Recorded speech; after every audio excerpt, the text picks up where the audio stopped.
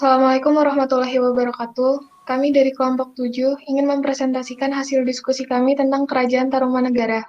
Perkenalkan, nama saya Safika Apriliahana, nomor absen 32. Perkenalkan, nama saya Elsa Nur Aryandi Arkumanda, absen 1. Perkenalkan, nama saya Said Tama, absen 21. Perkenalkan, nama saya Taufik Yahya, presensi 34. Perkiraan lokasi Kerajaan Tarumanegara.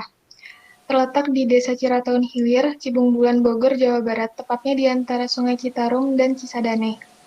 Latar belakang, Kerajaan Tarumanegara adalah kerajaan Hindu tertua kedua di Indonesia, yang didirikan oleh Raja Dirajaguru Jaya Singawarman sekitar tahun 358 Masehi. Diawali dengan pemindahan ibu kota dari Salakanegara ke Tarumanegara. Menurut naskah Waksakerta, kerajaan ini sebagai kelanjutan dari Kerajaan Salakanegara. Bukti arkeologis. Di sini terdapat 7 bukti arkeologis. Yang pertama, prasasti Tugu. Prasasti ini ditemukan di Desa Tugu, Jakarta, dekat Tanjung Priok. Berisikan 5 baris tulisan beraksara Palawa dan bahasa Sanskerta yang intinya tentang telah dilakukan penggalian untuk membuat Sungai Candrabaga oleh Maharaja Purnawarman guna mengendalikan banjir dan membantu usaha pertanian pada saat itu. Kemudian, ia juga membuat saluran irigasi dengan menggali Sungai Bomati yang pengerjaannya hanya selama 21 hari, tetapi dengan panjang aliran sungai mencapai 11 km.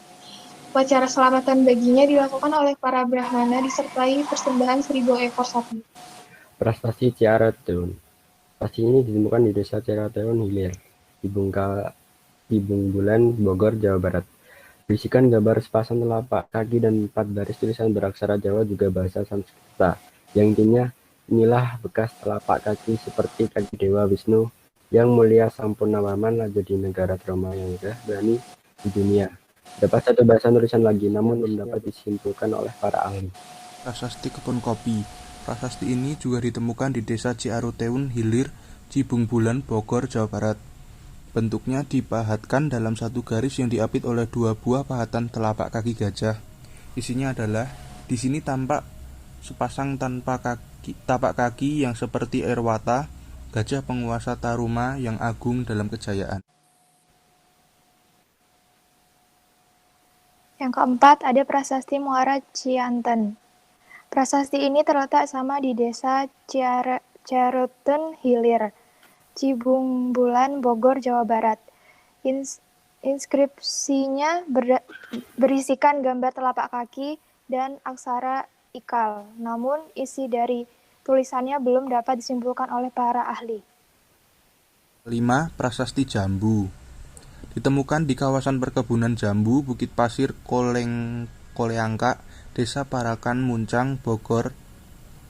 Inskripsinya berisikan tapak kaki ini adalah tapak kaki Sri Purnawarman, Raja Tarumanegara.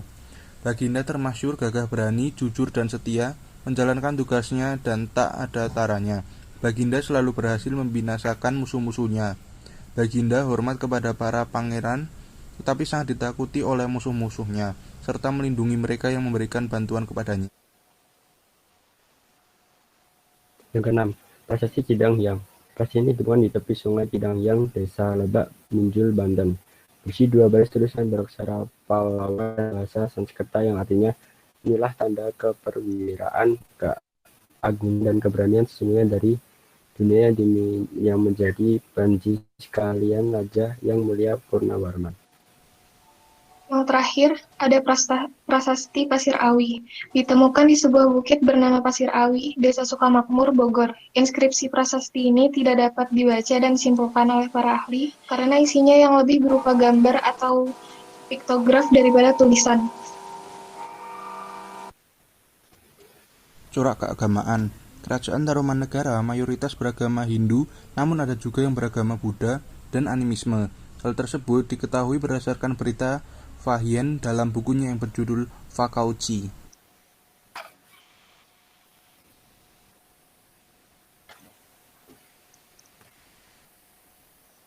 Kehidupan sosial dan ekonomi Kerajaan Tarumanegara.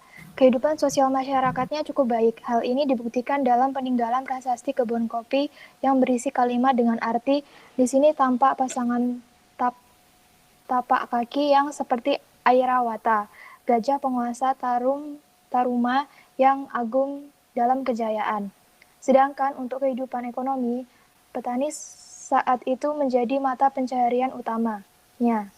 Raja Purnawarman membuat saluran irigasi dengan menggali aliran sungai sepanjang 11 km, yang kemudian disebut Sungai Gomati. Hal tersebut sangat dirasakan manfaatnya dan memberi dampak besar bagi peningkatan ekonomi masyarakat. Yang ketujuh, kehidupan politik dan pemerintahan Kerajaan Tarumanegara yang menganut sistem pemerintahan monarki yang pada saat itu dipimpin oleh Raja Rajaguru Jayasingawarman yang kemudian digantikan oleh anaknya bernama Dharmayawarman dan dilanjutkan oleh Raja Purnawarman yang merupakan raja yang paling berpengaruh serta disegani oleh rakyat maupun musuhnya. Purnawarman setidaknya telah berkuasa selama 31 tahun dan berhasil membawa Kerajaan Tarumanegara ke masa kejayaannya. Ia juga berhasil menjalin hubungan diplomatik dengan Cina. Penyebab keruntuhan Kerajaan Tarumanegara belum dapat dipastikan, tetapi hanya mengacu pada dua sumber yang berbeda, yakni kerajaan ini ditaklukkan oleh Kerajaan Sriwijaya, atau kerajaan ini mengalami integrasi lewat diplomasi, yaitu dinikahinya Putri Tarumanegara oleh pendiri Sriwijaya yang kemudian berubah menjadi Kerajaan Sunda di bawah pimpinan Tarusbawa. Sekian presentasi dari kami, kurang lebihnya mohon maaf, semoga bermanfaat. Wassalamualaikum warahmatullahi wabarakatuh.